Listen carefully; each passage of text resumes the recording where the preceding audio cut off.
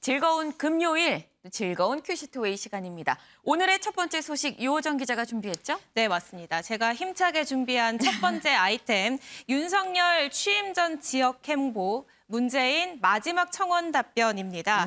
이 취임과 퇴임을 각각 10여일 정도 앞둔 이 대통령과 당선인의 막판 행보를 좀 정리해 보려고 하는데요. 네. 먼저 윤석열 당선인 이틀째 지역 행보를 이어가고 있습니다. 오늘은 대전을 시작으로 이 청주와 음성을 방문하는데요. 오늘도 지역민들을 만나서 어퍼컷 세레머니를 했습니다. 직접 보고 오시죠.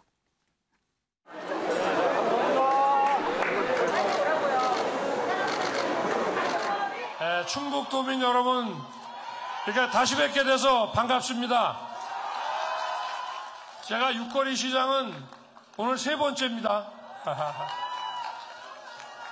지난 선거 과정에서 정말 열심히 응원하고 성원해 주셔서 정말 고맙습니다.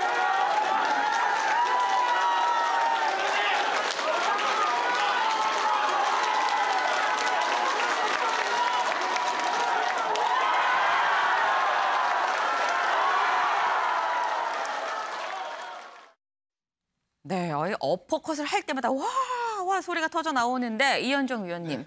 지금 그러니까 윤 당선인이 지금 벌써 한 3번째 되는 것 같아요. 지금 지역 민심 탐방, 이 민심 투어를 하고 있는데 사실 이걸 두고 민주당은 아니 이거 지방선거 앞두고 선거 개입 아니냐라는 얘기를 하기도 하거든요. 사실 뭐 오늘 영상에 나오지 않았습니다만 뭐 옆에 이 선거 후보도 뭐 김영환 이 전 의원 이 후보도 있었고 하는데 이 민주당의 이런 주장 어떻게 보세요? 지금 선거가 아직 안 끝난 것 같아요. 지금 보면 거의 유세전 했을 때하고 똑같은 이제 양상들을 보이고 있는 것 같은데요. 아마 대구 경북 지역을 시작으로 해서 윤 당선인이 이제 전국을 아마 이제 당선 사례 비슷한 거죠. 네. 돌아다니면서 이제 지역의 민원 현안들 이 부분을 아마 점검을 하고 있는 것 같습니다. 네. 우리나라 법은 일단 대통령은 이제 정책 중립을 하도록 돼 있습니다. 그래서 대통령이 어떤 선거와 관련된 행보나 또 발언들을 못하게 돼 있죠. 그렇지만 당선인에 대해서는 뭐 그런 특별한 규정이 없습니다. 네. 그렇기 때문에 저거를 뭐 법적으로 불법이다 이렇게 이야기하기 어려울 것 같아요. 그렇지만 이 대선 이후에 바로 이제 이 6.1 지방선거가 있다 보니까 아무래도 저런 행보는 사실은 지방선거를 의식 안 했다면 솔직히 거짓말이겠죠. 그러니까 지금 사진 어떤 면에서 보면 불법과 합법 사이에서 이제 줄타기 하는 그런 행보가 아닌가 싶습니다. 네. 아무래도 이제 이번 지방선거에 승리하는 것이 윤석열 정부에서 가장 중요한 어떤 정책 기반을 쌓는 거지 않습니까? 이제 그래서 특히 당선 사례를 뭐 하긴 하지만 결국은 또 효과는 아마 지방선거 효과를 뭐 솔직히 아마 기대를 하는 거 있는 것 같습니다. 네. 이제 보면은 뭐 선거를 앞두고는 대통령이 어디 또 지역을 가면 그것도 논란이 되고 뭐 당선인도 뭐 거의 뭐 대통령에 준하는 지금 상황이기 때문에 또 당선인이 움직이면 또 여기에 대해서도 또 얘기가 나오고 좀 그런 상황인데 지금 보니까 유호정 기자, 윤 당선인이 지금 지역을 돌면서 어떻게 보면은 이 국민들, 시민들하고 직접적으로 좀 스킨십을 하는 그런 과정인 거잖아요.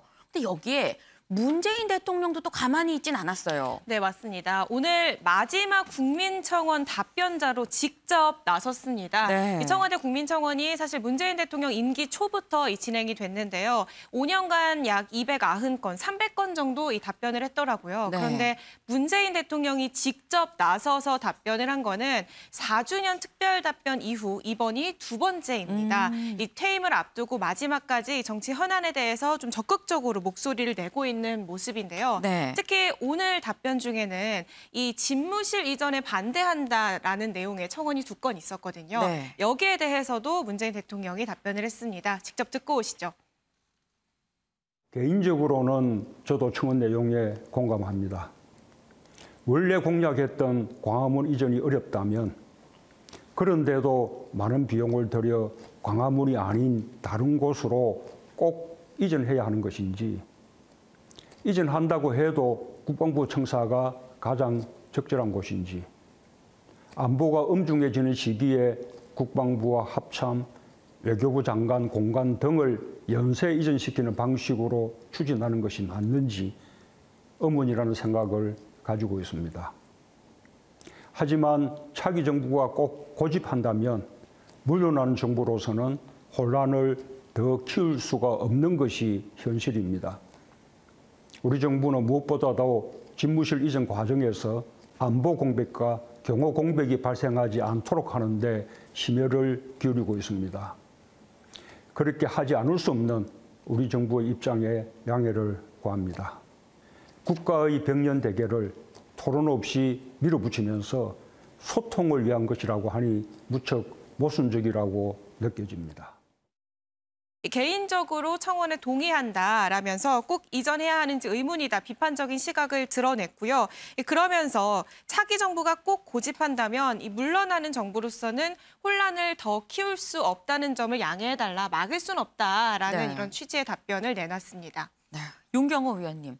사실 이 집무실 이전 관련해서는 이 문 대통령이 앞서서 이 모 언론과의 또 이 대담이라는 인터뷰를 통해서 집무실 이전에 반대하는 입장을 냈었거든요. 근데 또 국민청원에 대한 답변으로 이 그때 했었던 답변보다 더 수위가 좀 올라간 모순 아니냐라는 얘기까지 지금 했는데 이 국무회의에서 예비비를 통과시켜서 이게 좀 잦아드는가 했습니다만 신구 권력 갈등 계속되고 있는 것 같아요. 뭐 갈등이라고 굳이 얘기할 것까지 있겠습니까? 대통령이 뭐 입장을 내놓는 건데 이거 사실 소용없는 얘기예요. 네. 지금은 저렇게 얘기해본들 사실 청와대 국민청원이라는 게 특정 사안에 대해서 특정 세력들의 정치적인 입장을 과시하는 어떤 장이 지금 되고 있는 거 아니에요? 여기에 20몇만 명, 50몇만 명이 어떤 사안에 대해서 네. 찬성한다는 글을 올린다 한들 지금 그게 무슨 영향력을 행사하겠어요? 어찌됐든 권한이 있는 쪽에서 하겠다고 한 거니까 그건 이미 물 건너갔죠. 그리고 예비비 지출하는 거 동의해 줬지 않습니까? 문 대통령이 마지막 퇴임하기 전에 할 얘기라는 점에서 하고 싶은 얘기라는 점에서 하는 건 좋아요. 그러나 이건 지난번에 했던 것처럼 언론 매체와의 인터뷰 정도에서 얘기하면 적당한 거지. 이걸 청와대 청원을 대통령이 퇴임하기 전에 직접 답변한다. 이거 지금 문 대통령이 할 일이 아니라고 봅니다. 그리고 또 하나 아까 제가 잠깐 꼭 드리고 싶어서 좀 끼어들었는데 네. 윤석열 당선인이 지금 저렇게 지방 돌아다닐 때인가 저 꼭 이 얘기하고 싶어요. 취임 열흘을 앞두고 있으면요. 지금 국민들에게는 윤석열 정부의 국정 우선 과제가 뭔지에 대해서 매일같이 얘기를 해줘도 아마 국민이 제대로 정말 따라갈지 고개를 얼마나 수긍을 하고 쫓아갈지 설득해야 이런 될 거에 시간인데. 대해 설득하는데 시간이 얼마나 많이 걸리겠어요. 지금 그런 거 해야 될 시간이지. 아니 무슨 당선 사례입니까? 지금 지방 돌아다니면서 어퍼컷 하고 다니고 저런 거 할 때가 정말 아니라는 얘기 꼭 드리고 싶습니다. 네, 지금 이 현 문재인 대통령에 대해서도 또 이 다음에 올 이 윤석열 당선인에 대해서도 이 똑같이 좀 쓴소리를 좀 주셨습니다.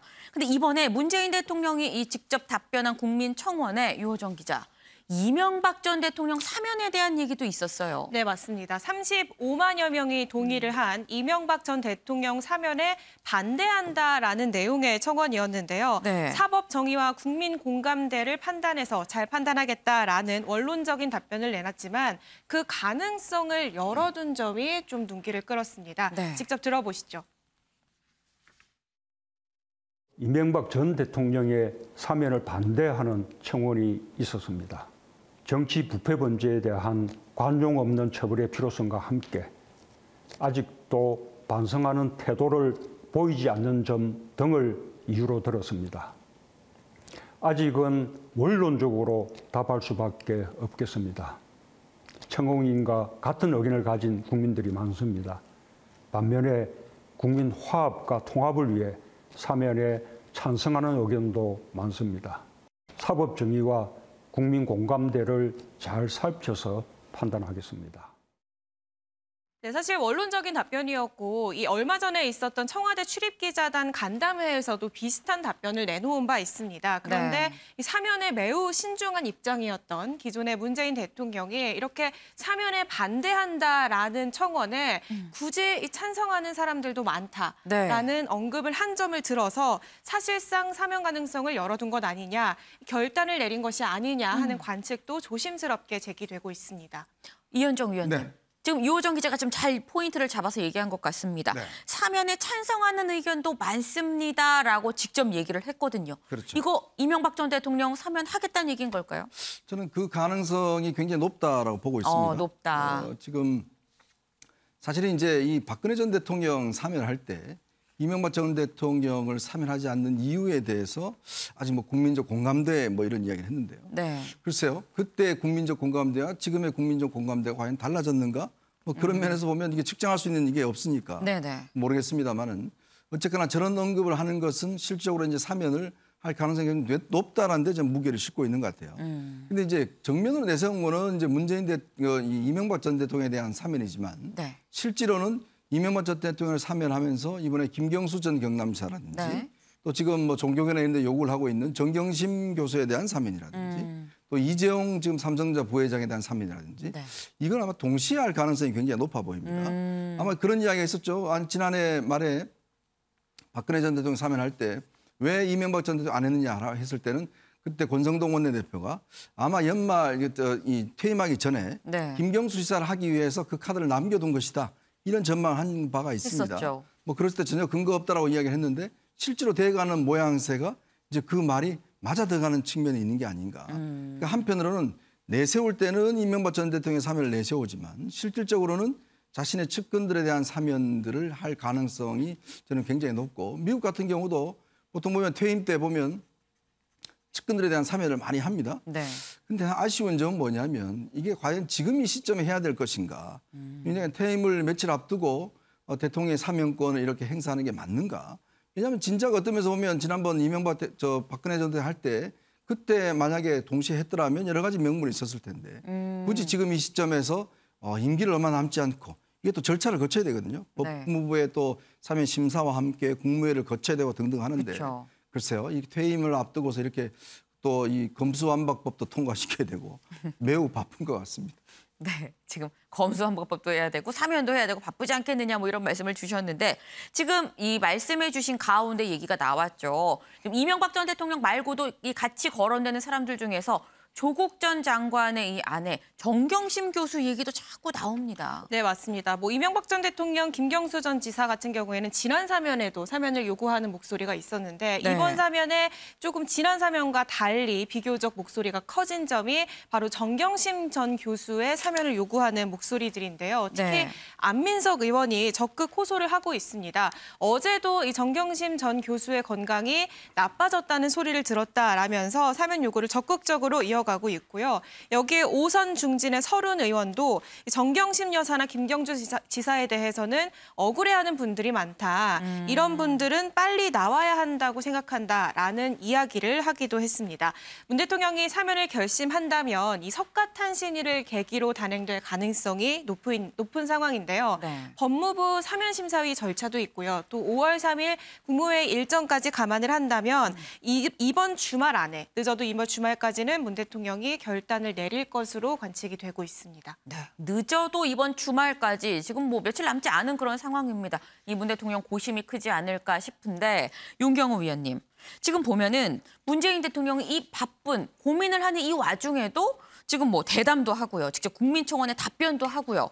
어떻게 보면 이렇게 임기 말에 대중과 자꾸 좀 소통하려는 이러는 게 이제 물러나는 아쉬움이 느껴지는 것 같기도 합니다. 어떻게 보세요? 그러겠죠. 아쉬움이 커서 그러겠죠. 그런데 이 소통이라는 거 정말 왜 진작 이렇게 적극적으로 안 나섰을까? 이런 아쉬움이 오히려 논평자인 저에게 들죠. 이건 아마 국민들도 그럴 거예요. 네.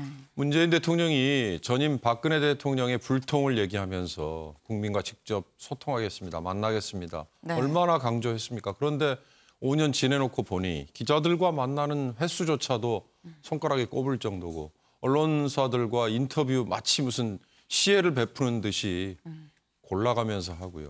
이제 마지막 퇴임하기 앞두고 하는 간담회, 이건 그동안의 소회 얘기하는 것밖에 없잖아요. 본인이 어떤 정책에 대해서 어떤 입장이다. 그리고 앞으로 이게 어떻게 진행이 될 거다. 그걸 국민에게 설득시키는 그 과정이 바로 소통이지 본인의 어떤 지나간 일에 대한 소회를 얘기하는 게 이게 소통인가. 그런 점에서 지금 문 대통령 마지막에 바빠봐야 사실 제가 보기엔 국민들이 그렇게 썩 좋게 박수는 안 칠 것 같습니다. 네. 이 문 대통령의 이 대중소통에 대해서도 좀 쓴소리를 주셨네요.